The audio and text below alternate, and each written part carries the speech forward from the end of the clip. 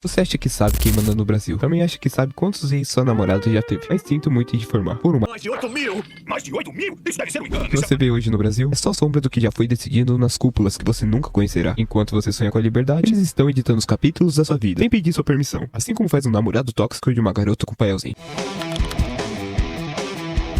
A Irmandade é um grupo mais elitizado, mais fechado ainda, né? Você vai agrupar com um grupo de pessoas que tem um objetivo, não é fazer maldade, não é prejudicar as pessoas. O objetivo que eles têm é preparar o cenário para a vinda do Cristo. É isso que eles querem, vinda de Cristo. E uma vez iniciado, um novo membro faz o juramento de proteger os segredos dos irmãos a vida toda.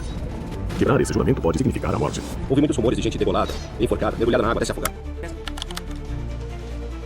Esse vídeo não é sobre política. Quem dera fosse, seria muito mais fácil de explicar esse vídeo. Esse vídeo é sobre o sistema, sobre o parasita invisível que suga o sangue de uma nação adormecida. Hoje vamos falar de poder, não o que é exibido, mas o que é imposto para você. Assim como a prova das Olimpíadas de Matemática, ou prova maldita. Capítulo 2. A mentira que todo mundo comprou. Dizem que o Brasil é uma democracia. E será mesmo? Ele regularizar a internet, as redes sociais, censurar os jogos, por incrível que pareça. Prendeu o comediante fazendo piada em um show de humor no teatro, enquanto os verdadeiros criminosos estão à solta. O pessoal da arte moderna.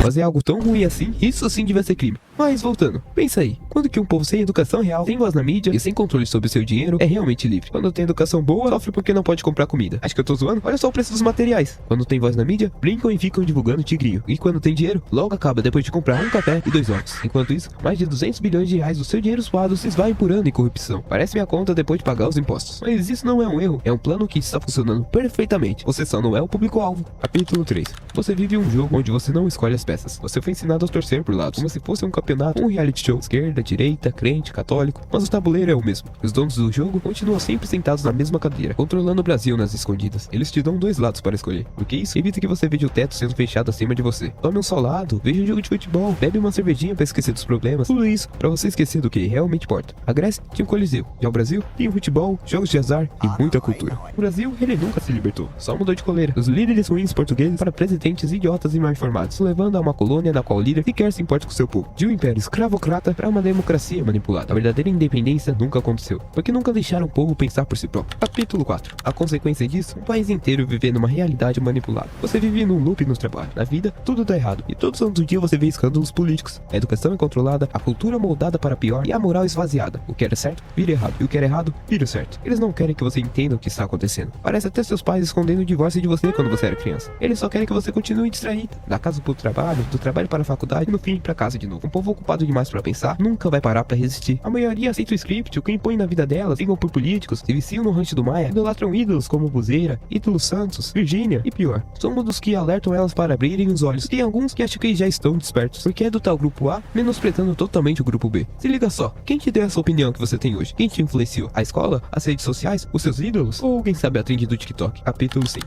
Você não é livre, só aprendeu a obedecer. Eu sinto muito em te informar, mas você não é livre, só aprendeu a obedecer. Você já parou pra pensar, porque toda mudança aceitável é moldada por grandes marcas? Porque os revolucionários de hoje são aprovados pelas mesmas instituições que sempre reprimiram a verdade. Talvez você não seja livre, talvez só tenha aprendido a decorar a jaula. Muitos acham que o Brasil é dos políticos, mas até eles são controlados pelo Congresso, se for analisar. Alguns mais doidos sem QI falam que quem controla o Brasil é os brasileiros. Quem dera fosse, estamos supostamente sendo controlados por uma seita, não parece? Às vezes eu sinto que tem um povo por trás da sociedade controlando tudo. Mas peraí, tem mesmo, acabei de me lembrar. Mas antes, frase impactante pra você se lembrar com carinho desse documentário.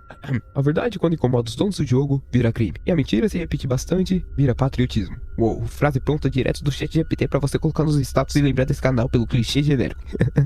Peraí, o que eu tava falando mesmo?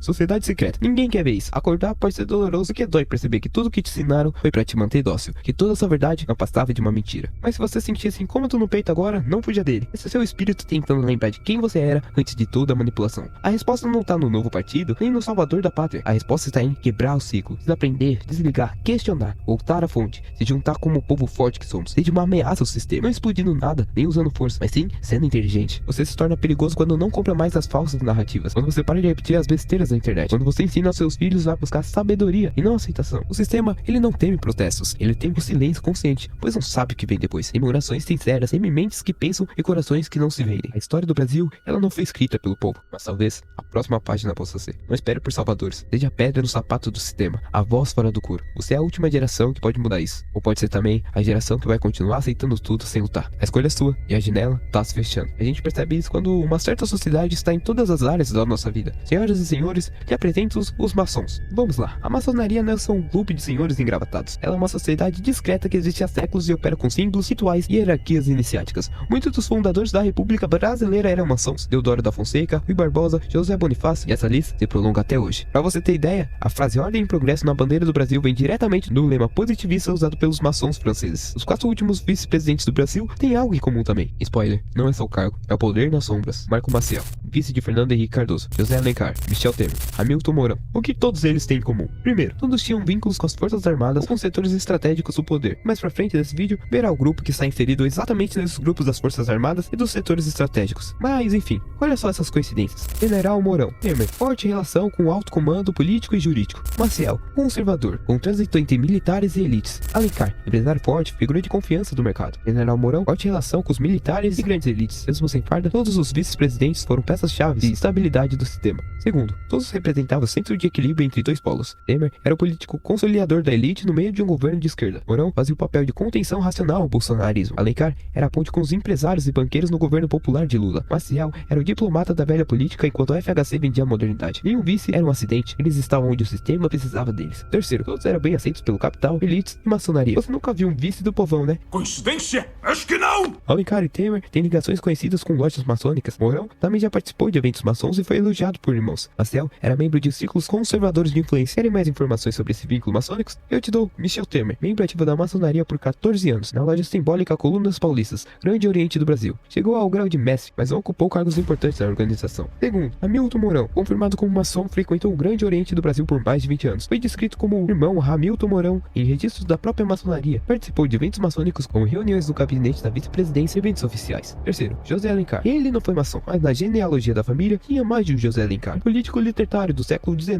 que fundou uma loja maçônica. O único que não tem informações concretas sobre ser maçom é o Maciel. Aqui a gente vê que a maçonaria exerce influência ideológica e política, não necessariamente dominância explícita. Os maçons influenciaram leis, constituições, ritos civis e decisões políticas. Ocupam cargos no judiciário, executivo e legislativo há décadas. Valorizam liberdade, igualdade e fraternidade, mas internamente operam com códigos próprios, rituais herméticos e juramentos de silêncio. Se um homem não for confiável para coisas que não são importantes, como uma senha ou um aperto de mão, não será confiável para as grandes coisas da vida. Terceira coisa sobre os maçons. O controle não é direto, é cultural, institucional e simbólico. Eles não puxam as cordas como vilões de filme, mas modelam ambientes de poder. Influenciam decisões de bastidores, especialmente onde há fraternidade mútua. Participam de instituições filantrópicas, educacionais e políticas. Os maçons ocupam cadeiras no STF, nas Forças Armadas e no Itamaraty. Grandes líderes evangélicos também têm alianças ou raízes maçônicas, mesmo que neguem publicamente. Os governadores e prefeitos recebem apoio de lojas maçônicas locais. A maçônica funciona por irmandade, não por eleições. Você não vota neles, você nem sabe que eles são. Mas eles se reconhecem, se ajudam e se protegem. O irmão nunca vai expor o outro, mesmo quando o país arda. A simbologia dos maçons está por toda parte. O olho que tudo vê no real de $1, compasso e esquadro e monumentos históricos. O próprio Congresso Nacional e vários palácios do poder no Brasil têm arquitetura inspiradas em proporções esotéricas. Sem contar que muitos veem a maçonaria como incompatível com o cristianismo, pois ela relativiza Deus. Olha, um grande arquiteto do universo usa os símbolos egípcios, hebraicos e pagãos juntos. O verdadeiro sincretismo possui ritos de iniciação, juramentos e ritos fúnebres próprios. Apesar disso, pastores, padres, juízes,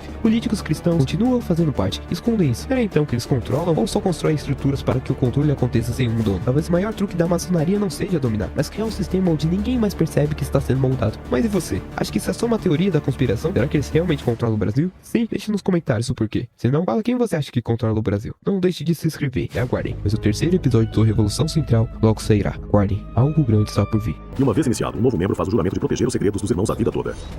Quebrar esse juramento pode significar a morte.